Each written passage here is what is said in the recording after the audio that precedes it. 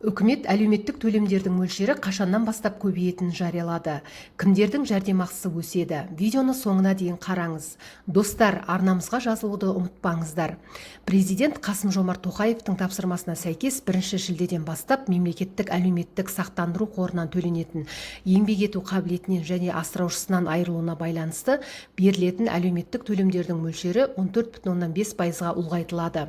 Мемлекет азаматтардың табысын арттыру бойынша іс-шараларды тұрақты түрде жүргізіп келе жатыр. Биыл 4,4 миллион адам алатын зейнетақы мен жәрдемақының барлық түрі қайта есептелді. Еңбек ету қабілетінен айырылуына байланысты әлеуметтік төлемдермен 92 мыңға жуық адам, асыраушысынан айырылуына байланысты берілетін әлеуметтік төлемдермен 61 мың отбасы қамтылады деп жоспарланып отыр. Қаулы 2023 жылдың 1 шілдесінен бастап күшіне енеді. Бұған дейін жәрдемақы 7,8% мөлшерінде ғана қосылатын. Биыл жәрдемақының пайызы жақсы көтеріліп отыр. Бұл да болса аталған санаттағы азаматтарға көмек болары сөзсіз. Алдағы жылдың қаңтары мен шілдесі тағы да жағымды жаңалықтармен басталар бәлкім.